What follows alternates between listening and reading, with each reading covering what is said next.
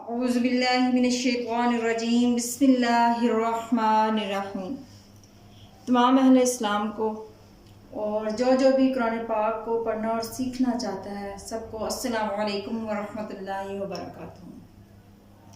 ناظرین، آج ہم سورۃ الانفال رکوع نمبر 7 سے اضافی سوالات جو کہ 9th کلاس کے بچوں کو پیپر میں بن کر آتے ہیں ان کے بارے میں ہم ڈسکس کریں گے کہ کس طریقے سے ترجمے میں سے، لفظی ترجمے میں سے اور با محاورہ ترجمے میں سے کچھ اضافی سوالات جو ہیں وہ بن کر آتے ہیں اور ہم نے ان کو کس طریقے سے حل کرنا ہوتا ہے۔ تو ویڈیو شروع کرنے سے پہلے میں یہ ضرور کہوں گی کہ جس نے ابھی تک ہمارے چینل کو سبسکرائب نہیں کیا تو وہ ضرور کر لیں اور زیادہ سے زیادہ شیئر کیا کریں۔ اگر پسند آئے تو لائک بھی کریں۔ شیئر کرنے سے یہ ہوگا کہ ہم قرآن پاک کو سیکھنے اور سکھانے کا یہ سلسلہ زیادہ سے زیادہ پھیلانے میں کامیاب ہوں گے اور دنیا اور آخرت کی نیکیاں سمیٹیں گے۔ تو آئیں شروع کرتے ہیں۔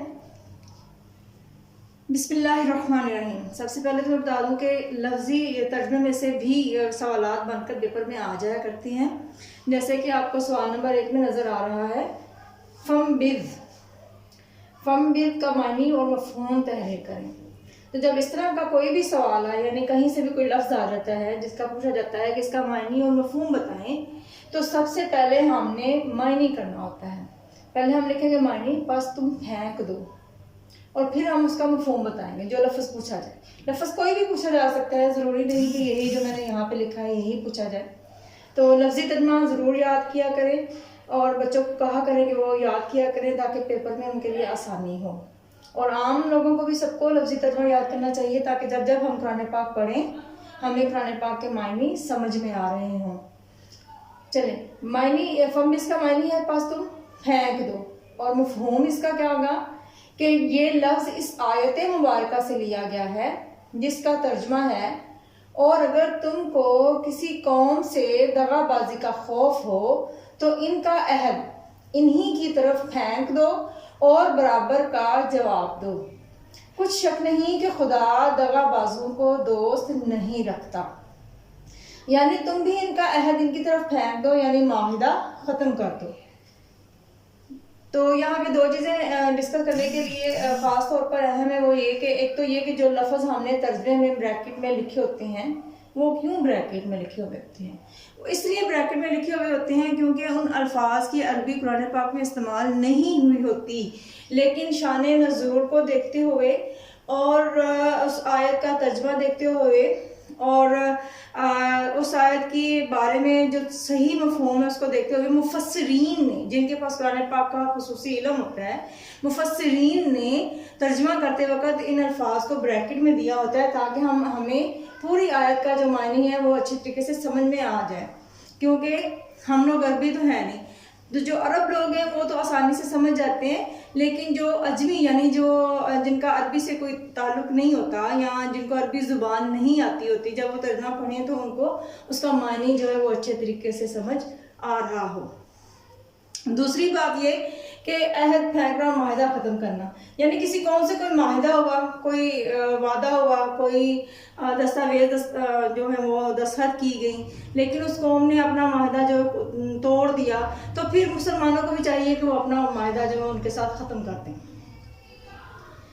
دوسرا سوال ہے وَأَغْرَقْنَا آلَ فِرْعَوْنَ سے کیا مراد ہے؟ وَأَغْرَقْنَا آلَ فِرْعَوْنَ سے کیا مراد ہے؟ سب سے پہلے ہم معنی بتائیں گے، اور ہم نے فرعونیوں کو ڈبو دیا۔ آل کا معنی ویسے تو اولاد ہوتا ہے، لیکن فرعون کی اولاد نہیں تھی، بلکہ آلہ فرعون ان لوگوں کو کہا گیا ہے جو فرعون کے ساتھی تھے۔ سب سے پہلے تو یہ بات۔ دوسری بات یہ کہ ترجمہ کرنے کے بعد ہم بتائیں گے کہ اس سے مراد کیا ہے۔ فرعون اور اس کے پیروکار بڑے ظالم تھے، انہوں نے اپنے وقت کے نبی حضرت موسیٰ علیہ السلام پر ایمان لانے سے انکار کر دیا، اور اتنا ہی نہیں بلکہ انہوں نے اللہ کی آیات کا انکار کیا، اللہ تعالیٰ کی آیات کو جھٹلایا اور اللہ کی نعمتوں کی ناشکری کی، اور یہ ظالم لوگ تھے، اس لیے اللہ تعالیٰ نے ان کے گناہوں کی پاداش میں ان کو غرق کر دیا، یعنی پانی میں ڈبو کر مار دیا۔ اگلا سوال ہے اللہ تعالیٰ کی نعمتوں کا زوال کب شروع ہوتا ہے؟ اب یہ بامحاورہ ترجمے میں سے لیا گیا ہے، تو اس طریقے سے بہت سارے سوالات بامحاورہ ترجمے میں سے لیے جا سکتے ہیں۔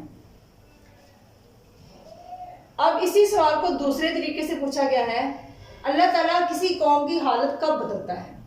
یا پھر کسی قوم کی حالت بدلنے سے اللہ تعالیٰ کا قانون، کسی قوم کی حالت بدلنے کے لیے اللہ تعالیٰ کا قانون تحریر کریں، یعنی سوال ایک ہی ہے، اس کو مختلف طریقے سے کیا گیا ہے۔ تو سب سے پہلے تو ہم نے سوال کو سمجھنا ہوتا ہے کہ ہم سے پوچھا کیا گیا ہے، اور اس کے بعد ہم نے اس سوال کے مطابق جواب دینا ہوتا ہے۔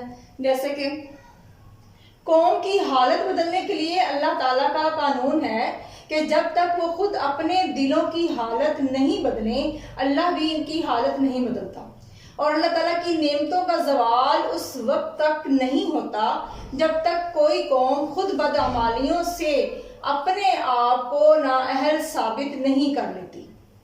جیسے کہ ترجمہ ہے سورہ انفال کا، یہ اس لیے کہ جو نعمت خدا کسی قوم کو دیا کرتا ہے، جب تک وہ خود اپنے دلوں کی حالت نہ بدلے، خدا اسے نہیں بدلا کرتا۔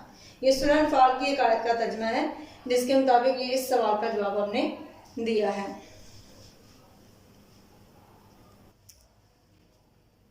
اگلا سوال ہے، منافق کسے کہتے ہیں؟